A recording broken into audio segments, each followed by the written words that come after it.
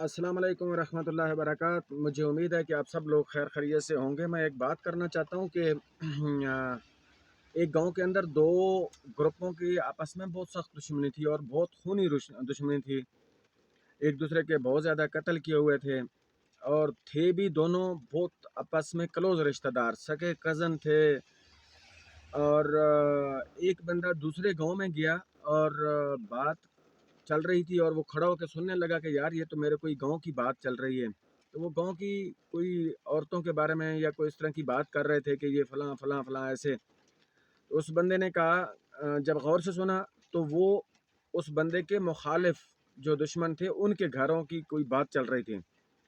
उसने उनसे मुखातिब होकर कहा कि भाई देखो, मैं अभी सामने खड़ा हूँ और आप मेरे गांव के फलां फलां लोगों की बातें कर रहे हो और औरतों के बारे में बातें कर रहे हो या मर्दों के बारे में कुछ भी मतलब बातें कर रहे हो और ये नेगेटिव बातें हैं।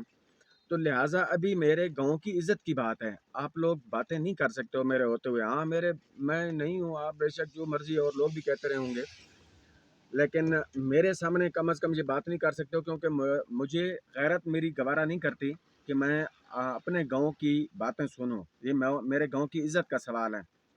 बेशक कि वो मेरे खूनी दुश्मन है, लेकिन आप बातें नहीं कर सकते हो। ख़बरदार, दोबारा बात नहीं करनी। इसी तरह, ये तो मैंने एक मिसाल दी, इसी तरह पाकिस्तान के अंदर एक रजीम चेंज आया और रजीम चेंज में चाहे वो बात है या नहीं है, रजीम चेंज है या नहीं है, लेकिन एक बात तो चली, कम अज़ कम दुश्मन भी अल्लाह दे तो गैरतमंद हो। बेगैरत दुश्मन भी बहुत ख़तरनाक होता है। तो इन लोगों को चाहिए था कि अगर इमरान खान ने जब स्टार्ट में एक जलसा करके ख़त लहरा दिया ऐसे, तो उस वक्त चाहिए था कि भाई अभी अगर हमने नो कॉन्फिडेंस अगर फाइल किया भी है, हमने टेबल किया भी है, तब भी हम इसको वापस लेते हैं, क्योंकि हमारे मुल्क का सवाल है। ये तो मैंने एक पहले जो मिसाल दी थी आपको, उस जैसी एक ये बात है कि उनको चाहिए था कि वो वापस ले लेते और कहते कि जी ये बात ख़त्म हो जाएगी, उसके बाद हम और फाइल करेंगे, टेबल करेंगे एक नो कॉन्फिडेंस।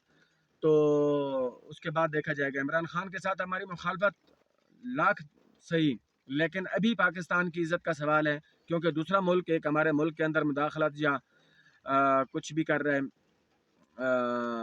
तो हमें नहीं करना चाहिए ऐसे।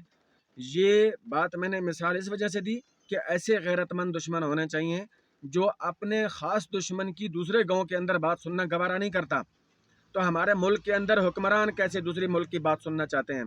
और बेशक था रजीम चेंज है नहीं है अभी हमें कन्फर्म नहीं है, लेकिन एक बात चल पड़ी तो उनको चाहिए था कि उस वक्त वो कहते कि भाई हम वापस लेते हैं, हम उस वक्त तक ये फाइल नहीं करेंगे, उस वक्त तक ये टेबल नहीं करेंगे जब तक कि इस बात का क्लियर नहीं हो जाता।